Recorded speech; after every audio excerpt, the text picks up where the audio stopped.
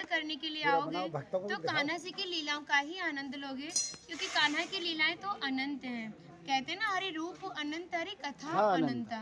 लेकिन जब भी आप भांडीर वन में प्रवेश करोगे, कभी शास्त्रों का अध्ययन करोगे या किसी के मुखार विंद से श्रवण करोगे तो ज्ञात होगा कि भांडीर वन में एकमात्र लीला नहीं है, यहाँ पे हमारी 14 लीलाओं का उल्लेख है। प्रथम लीला श्री जी के विवाह की मानी जाती है, लेकिन सबसे बड़ा ग्रंथ श्रीमद् भागवत जी को माना जाता है।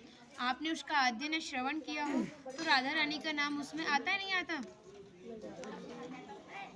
श्रीमद् भागवत में नहीं आता। नहीं आता, बिल्कुल नहीं आता, क्योंकि सुखदेव जी राधा रानी को परम गुरु मानते थे। जब राधा रानी का नाम ही श्रीमद् भागवत जी में नहीं दिया तो विवाह का उल्लेख कैसे हो सकता है?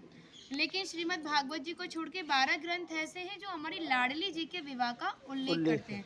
लेकिन जिस भांडीर वट के नीचे आप खड़े हो, इसका श्रीमद् भागवत जी के 10वें स्कंद के 18वें अध्याय में 22वां श्लोक कि बृहंतो बाहि मानस्य 4 यंत्रस्य गोदनम भांडीरकम नाम बटम जम्बू कृष्णम प्रोग्राम, यानी वृक्ष द्वापर युग में बहुत विशाल था, 4 योजनों में फैला हुआ था। इसकी जो सीमा थी वो 15 किलोमीटर में थी, तो इसको पंचकोशीय वृक्ष के नाम से भी जानते थे। कान्हा जी इन्हीं की शाखाओं पर चढ़ के यमुना मैया को आर पार किया करते थे।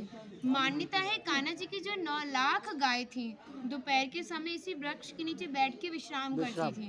तो माता जो भी माखन मिर्ची रोटी इत्यादि प्रसादों में रख देती थी, सभी ग्वाल वाल एकत्रित होकर दोपहर का भोजन करते थे। और भांडीर वन में सबसे बड़ा विशेष फल इसी प्रसादी का बताया गया है, क्योंकि आप कभी किसी विवाह में जाते हैं तो बिना अन्न प्रसादी के नहीं आते। आप तो लाडली जी के विवाह स्थल ही आए हो। यहाँ पर जो दुर्वासा मुनि थे, जो दूब घास होती है उसी का रसपान करते थे। ब्रज की गोपियों ने इसी वट वृक्ष के नीचे उनको 56 प्रकार के व्यंजन खिलाए थे। यहाँ पर राधा कृष्ण में मल्ल युद्ध हुआ था, उसमें ये तय था कि जो भी हारेगा उसको भंडारा करना होगा। तो जब हमारे कान्हा जी हार गए थे तो ग्वाल वालों के साथ मिलके यहाँ पे भंडारा किया, उसी के नाम पर इसका नाम भांडीर वन पड़ा। यहाँ पर ब्राह्मण पत्नियों ने भी कान्हा जी को भोजन प्रसादी खिलाई है, और ठाकुर जी ने ब्रजवासियों से ये टुकड़े मांग के पाए थे, तभी नाम दिया था इसका मधुकरी। मांग के पाना मतलब मधुकरी। तभी शास्त्रों में ब्रजवासियों को अपना हृदय बताया और कहा कि जब तक ब्रजवासी की कृपा नहीं होगी, ठाकुर जी की कृपा बहुत दूर की बात है। यानी सर्वप्रथम ब्रजवासी की कृपा होना बहुत ज़रूरी है, जब ही हमारे ठाकुर जी हमारे ऊपर कृपा करते हैं। हमारी राधा रानी ने स्कंद पुराण में इस स्थान के बारे में ये कहा था कि जो भी गुप्त वृंदावन आएगा वो मोक्ष को प्राप्त होगा। यानी भांडीर वन को ही उन्होंने गुप्त वृंदावन कह के संबोधित किया। तो कान्हा बोले, तुम इतनी बड़ी बात को कह रही हो, लोग पाप करेंगे और सीधे दौड़े भांडीर वन चले जाएंगे, क्योंकि आपने तो मोक्ष धाम ही भांडीर वन को कह दिया। तब हमारी लाडली जी ने कहा, नहीं कान्हा, मैं जिस पर विशेष कृपा करूंगी, जिसके प्रति मेरी भक्ति भाव दोनों सच्चे हैं और भक्त मेरी शादी में उपस्थित है।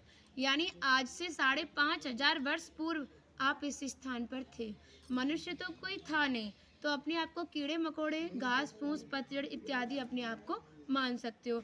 जो भक्त उनकी शादी में उपस्थित था वो भक्त कई बार वृंदावन आएगा, जब जाके गुप्त वृंदावन आएगा, और डायरेक्टली नहीं, किसी ना किसी के माध्यम से।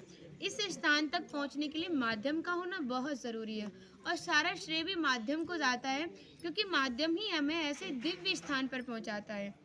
और जो भी भक्त भांडीर वन में प्रवेश करेगा, प्रवेश करने से जो कान्हा ने 14 लीलाएं भांडीर वन के अंदर की हैं, उनके दर्शन मात्र का फल प्राप्त होगा। और जो भी यहाँ की एक किनका प्रसादी पाएगा और एक रात्रि निवास करेगा, वो इस ब्रज गौलोक धाम से वैकुंठ गौलोक धाम को जाएगा, क्योंकि जो हमारे ठाकुर जी ने गौलोक धाम को इस 84 कोस में ही बांटा है। आप यहाँ पे जो भी दर्शन करोगे वो प्रकृति की देन के हिसाब से और मानव निर्मित दर्शन है, लेकिन आप गौलोक धाम में जो भी दर्शन करोगे वो ठाकुर जी के हिसाब से हैं। जैसे गर्ग संहिता के 6वें अध्याय का नाम है गौलोक खंड, आप उसका अध्ययन करोगे तो भांडीर वट का एक दिव्य वर्णन का अध्ययन करोगे। कहते हैं गौलोक धाम में ब्रजा नदी के किनारे भांडीर वट है, यानी यमुना मैया का नाम ही गौलोक धाम में ब्रजा है। तो यहाँ पर भी आप एक भांडीर वट के दर्शन कर रहे हो। कहते हैं लोकनाथ प्रभु जी ने कहा है कि अगर भक्त इस भांडीर वट का दर्शन कर ले, दर्शन मात्र से, स्पर्श की तो बात बहुत दूर की बात है, दर्शन मात्र से ही उसे दोबारा गर्भ में जाना नहीं पड़ता। यानी भक्त 84 लाख योनियों से मुक्त होके मोक्ष को प्राप्त करता है। बोलो राधे राधे। इनका माता जी का नाम है इंदु लेखा, जो भगवान की राधा रानी की 8 सखियां थी उनमें से एक है ना। और जो है मतलब कुछ मन नहीं कर रहा कितनी तारीफ करे, वो है नहीं इसलिए बोल नहीं रहे, कृपा कारण स्टार्ट कर दिया। हम सब केवल बाजरे की रोटी खिला रही हो, तुम सच में राधा रानी हो। और ऐसा आशीर्वाद दो हम सबको, सच में ऐसा आशीर्वाद दो कि हमारी मैया भी, हमारी सब माताएं भी थोड़ा थोड़ा जिनसे ये मिलें। देखिए भक्ति का स्तर है, एक इतना बड़ा एक इतना है, तो इनको जो इनसे छोटी भक्ति में ये भी उनको कुछ ऐसी बातें बता के भगवान की ओर आकर्षित करें। सबको ऐसा आशीर्वाद दो। आप ब्रजवासी हो इसलिए सक्षम हो, दे बहुत सकती भक्ति हो। बढ़े और ब्रज में वास मिले।